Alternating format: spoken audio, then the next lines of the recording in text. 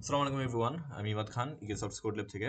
তো আজকে আমি আপনাদেরকে দেখাতে যাচ্ছি কিভাবে একটি লারাভেল, ইনার্শিয়া জেএস এবং ভিউ জেএস দিয়ে বানানো ওয়েবসাইট সি প্যানেলে আপলোড করা যায়। সো সেটার জন্য আমি সর্বপ্রথম যেটা করব যে আমি আমার প্রজেক্ট ডিরেক্টরিতে চলে আসবো এবং প্রজেক্ট ডিরেক্টরিতে চলে আসার পরে আমি টার্মিনালে আমার প্রজেক্টটাকে ওপেন করব। সো টার্মিনালের প্রজেক্টটাকে ওপেন করার পরে এখন যেটা করতে হবে পিএইচপি আর্টিসান অপটিমাইজ ক্লিয়ার এই কমান্ডটা চালাতে হবে। এই কমান্ডটা চালার পরে আমরা যেটা করব npm run build। আমার প্রজেক্ট লেভেল 12 Vue.js এবং Inertia.js দিয়ে রান করছিল। সো প্রথমত আমি এটাকে আমার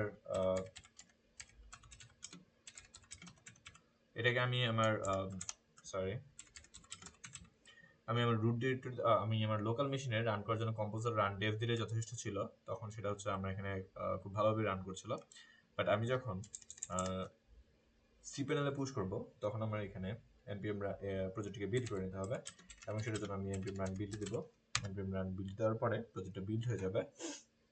সো বিল্ড হয়ে যাওয়ার পরে নেক্সট কাজ হচ্ছে আমাদের এই ফাইলটিকে সম্পূর্ণভাবে জিপ করার পরে আমাদের সি প্যানেলের রুট ডিরেক্টরিতে এটাকে পুশ করা। So let's wait for it. Okay, so আমার বিল্ড হয়ে গেছে। এনিওয়েজ এখন আমি চলে যাব আমি আমার ফোল্ডারটিতে যাওয়ার পরে সেখান থেকে আমি ডট গিট হবে এবং নোট ভিডিওস রিমুভ করে নিব। রিমুভ করে নেওয়ার পরে আমি এটাকে কম্প্রেস করে নিব। সো ফাইলটিকে জিপ করে নিব। জিপ করার পরে পরবর্তী কাজ হবে আমার শেয়ার্ড হোস্টিংয়ে অথবা আমার হোস্টিংয়ে অর্থাৎ আমার সি প্যানেলে এটাকে আপলোড করা। সো ওকে, আমি এটার নাম দিব ওয়েবসাইট।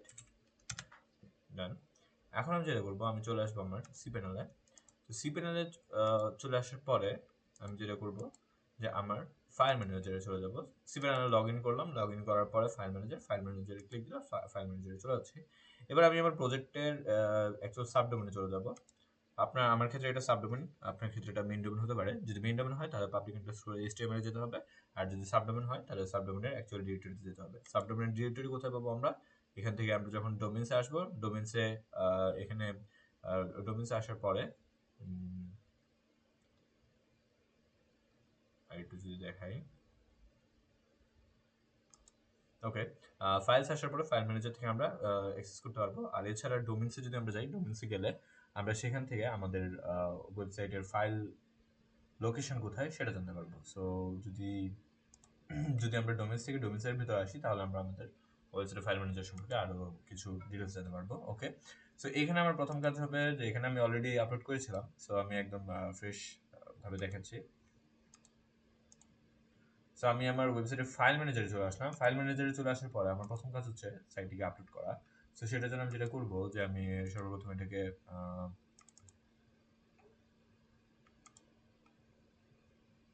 ফাইলটিকে আপলোড করে দিব। সো ফাইলটিকে আমার সার্ভারে আপলোড করে ফেলার পরে সার্ভার মিনস আমার সি প্যানেলে যখন আপলোড হয়ে যাবে, আপলোড হয়ে যাওয়ার পরে আমরা এটিকে জিপ করে নিব, জিপ থেকে এক্সট্রাক্ট করে নিব। ওকে,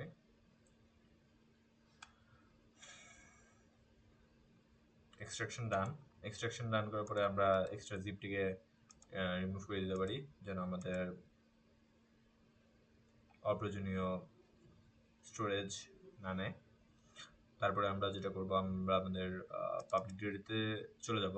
পাবলিক ডিরেক্টরিতে চলে যাওয়ার পরে সেখান থেকে সব কিছুকে আমরা মুভ করে দিব। আমাদের রুট ডিরেক্টরিতে শিফট করে দেওয়ার পরে আমরা এখানে দেখতে পাচ্ছি যে আমাদের বিল্ড ফোল্ডারটা চলে আসছে। সো আমরা যেটা করব তারপর আবার পাবলিক ফোল্ডারের ভিতরে বিল্ড নামে আরেকটা ফোল্ডার ক্রিয়েট করব। সো বিল্ড নামে একটা ফোল্ডার ক্রিয়েট করা হলো এখানে। অ্যান্ড এখন যেটা করবো আমরা আমাদের রুট ডিরেক্টরিতে চলে যাব। রুট ডিরেক্টরি বিল্ড ফোল্ডার থেকে manifest ডট জেসন যে ফাইলটা আছে সেটাকে মুভ করে দিব পাবলিকের বিল্ডে। ওকে, সো আমরা যেটা করতেছি ইন শর্ট, পাবলিক থেকে বিল্ড ফোল্ডার যেটা ছিল, বিল্ড ফোল্ডার যা কিছু ছিল সব কিছুকে আমরা আমাদের রুট ডিরেক্টরিতে নিয়ে আসছি। এবার রুট ডিরেক্টরির যে বিল্ড ফোল্ডার, এই বিল্ড ফোল্ডারের ভিতর manifest ডট জেসন ফাইলটা ছিল যেটাকে আমরা মুভ করে পাবলিকের বিল্ডের ভিতর নিয়ে চলে আসছে। I hope you guys are clear on this. Okay, এরপরে কাজ হচ্ছে আমাদের স্টোরেজ ফাইল যেটা, সেটাকে রিনেম পারমিশন 775 করে নেওয়া। তারপরে কাজ হচ্ছে বুটস্ট্র্যাপের ভিতর ক্যাশ ফোল্ডারের পারমিশনকে 775 করে দেওয়া। ওকে, সো ইটস অল ডান এখন। তারপর আমরা যেটা করব, যে আমরা আমাদের রাউটসের ভিতর চলে যাব। রাউটসের ভিতর web.php ফাইলটিতে চলে যাব। এবার web.php ফাইলটিতে এই লাইনটা অ্যাড করে দিব আমরা। That means illuminate support packets artisan, এবং সবার শেষে আরেকটা রাউট অ্যাড করে রাখবো, সেটা হচ্ছে route get clear artisan cache clear config cache view clear storage link and it will be written clear. এটা আসলে যা করবে, আমরা আমাদের আর ম্যানুয়ালি অর্থাৎ প্রজেক্ট সেট আপ করার পর .env ফাইল চেঞ্জ করার পর আমাদের আর ম্যানুয়ালি এটাকে আলাদা করে npm কমান্ডসগুলো রান করা লাগছে না, অথবা php artisan কমান্ডগুলো রান করা লাগছে না, অর্থাৎ একটা রাউটে ক্লিক করার মাধ্যমেই এই কমান্ডগুলো রান হয়ে যাবে। ওকে, সো এরপরে আমরা চলে আসবো আমাদের .htaccess ফাইলে, এবং আমি আমার এই গিটহাব লিঙ্কটি শেয়ার করে দেবো আপনাদের। এখানে যে .htaccess ফাইলে কিছু সাজেশনস দেওয়া আছে, এবং এছাড়াও আমি শেয়ার করে রেখেছি যে রাউট গেট ক্লিয়ার এটা কিভাবে কি করতে হবে, তারপর হচ্ছে এখানে ইলুমিনেট আর্টিসান এটাও আমি অলরেডি শেয়ার করে রেখেছি, যেটা লিঙ্কটা আমি ভিডিও ডিসক্রিপশনে দিয়ে দিব। তো তারপর এটাকে আমরা সেভ করে নেব। সেভ করে নেওয়ার পরে এবার আমরা আমাদের .htaccess ফাইলের সেটআপটা করব। সো .env ফাইলে সেটআপ করব। .env ফাইলের সেটআপের ক্ষেত্রে কি আমার domain.com যেটা ছিল সেই domain.com এখানে রাখতে হবে। আমার এখানে comparison.ewregulations.com এটাকে এখানে সেট করে দিব। সো এটা সেট করে দিতে হবে। তারপর হচ্ছে আমাদের ডাটাবেসের মেইন ডাটাবেসের নেম, ডাটাবেসের ইউজার নেম, ডাটাবেসের পাসওয়ার্ড এখানে সেট করতে হবে।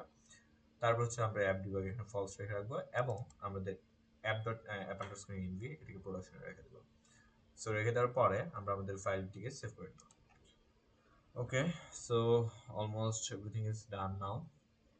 এরপর আমাদেরকে যেটা করতে হবে, আমাদের মেইন ডিরেক্টরিতে চলে যেতে হবে, মেইন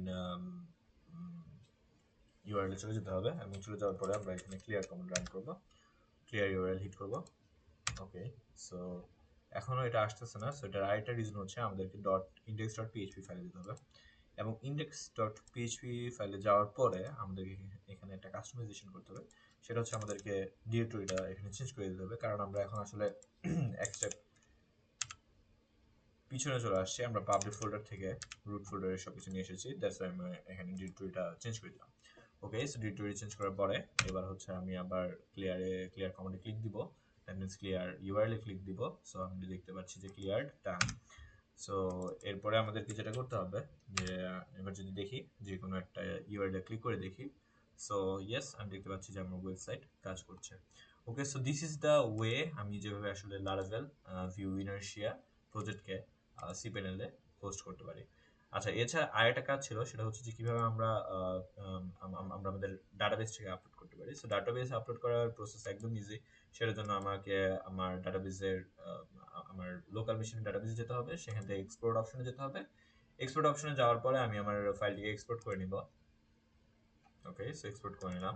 এক্সপোর্ট করে নিয়ে নেওয়ার পরে এবার আমি হচ্ছে আমার ডাটাবেসে যাব। ডাটাবেসে যাওয়ার পরে PHP MyAdmin-এ যাব। PHP MyAdmin-এ যাওয়ার পরে সেখান থেকে আমি আমার যে ডাটাবেসটা ক্রিয়েট করা হয়েছে সেই ডাটাবেসে আপলোড করে দিব। সো যদি একটু হোল্ড করি এখানে, সেটার ক্ষেত্রে আমি যেটা করব, যে ডাটাবেস ক্রিয়েশনের প্রসেস সেটা হচ্ছে আমার প্রথম ম্যানেজ মাই ডাটাবেসে যেতে হবে। ম্যানেজ মাই ডাটাবেসে যাওয়ার পরে আমরা এখানে ডাটাবেস ক্রিয়েট করে নেব। সো একটা ডাটাবেস ক্রিয়েট করার পরে আমরা ইউজার্সে যাব। ইউজার্সে যাওয়ার পরে এখানে একটা ইউজার ক্রিয়েট করে নেব, ইউজারের পাসওয়ার্ড ক্রিয়েট করে নেব। দেন আমাদেরকে যেটা করতে হবে, যে এই ইউজারের পাসওয়ার্ড ক্রিয়েট করার পরে এখানে পাসওয়ার্ড ইউজারকে অ্যাসাইন করে দিতে হবে। দেন আরেকটা অপশন আসবে, সেখানে চেক অল করে দিতে হবে, দেন উইল সেভ ইট। আর এই ক্রেডেনশিয়ালগুলো, এই ডাটাবেসের ক্রেডেনশিয়াল অ্যান্ড ইউজার ক্রেডেনশিয়াল আমাদেরকে সেভ করতে হবে আমাদের প্রজেক্টের .env ফাইলে। দেন যেটা করতে হবে, আমাদের মেইন ফোল্ডারে চলে আসতে হবে, মেইন ডাটাবেসে চলে আসতে হবে। মেইন ডাটাবেসে চলে আসার প্রসেস, সিপ্যানেলে যাব। সিপ্যানেল থেকে আমরা PHP MyAdmin-এ ক্লিক করব। PHP MyAdmin-এ ক্লিক করার সাথে সাথে এখানে চলে আসবে দেন আমাদেরকে যেটা করতে হবে, জাস্ট ইম্পোর্ট যেতে হবে। ইম্পোর্ট অপশনে যাওয়ার পরে সেখানে আমাদের ফাইল, যে ফাইলটা ডাউনলোড করেছিলাম সেই ফাইলটিকে এখানে পুশ করতে হবে। পুশ করার পরে জাস্ট ইম্পোর্টে ক্লিক করে দিতে হবে, দেন আমাদের ডাটাবেস ইম্পোর্টেড হয়ে যাবে। So this is the way আসলে। So I think you guys just got my answers. আর যদি আপনি ভিউ দিয়ে কাজ করে থাকেন, দ্যাট মিনস আপনি লারাভেল দিয়ে অলরেডি কাজ করেছেন। সো ডাটাবেসে সেট করার প্রসেসগুলো আপনার কাছে খুব নতুন হওয়ার কথা না। তারপর আমি যেভাবে দেখিয়ে দিয়েছি সেভাবে আপনার প্র্যাকটিস করার মাধ্যমে এটা খুব ইজিলি করা যাবে। So okay, thank you very much. Subscribe করতে ভুলবেন না। Himad Khan from Wikesofts, good lakh.